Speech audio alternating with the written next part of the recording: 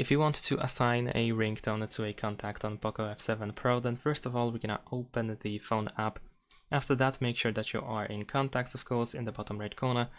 Select the contact for which you want to assign any ringtone. Scroll down a little bit and go to contact ringtone. If you need to choose an app that you want to use, then most likely it is themes, and then we can either press once all or always, depending if you prefer that option. Now over here we can press pre-installed ringtones, find the ringtone that you wish to use, and then we can press apply once you find your ringtone and press OK.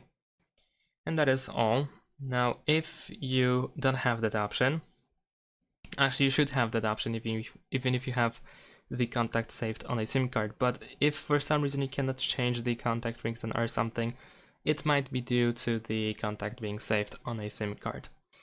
But that's pretty much it. Thanks for watching, leave a like and subscribe to my channel, and see you in my next videos. Bye!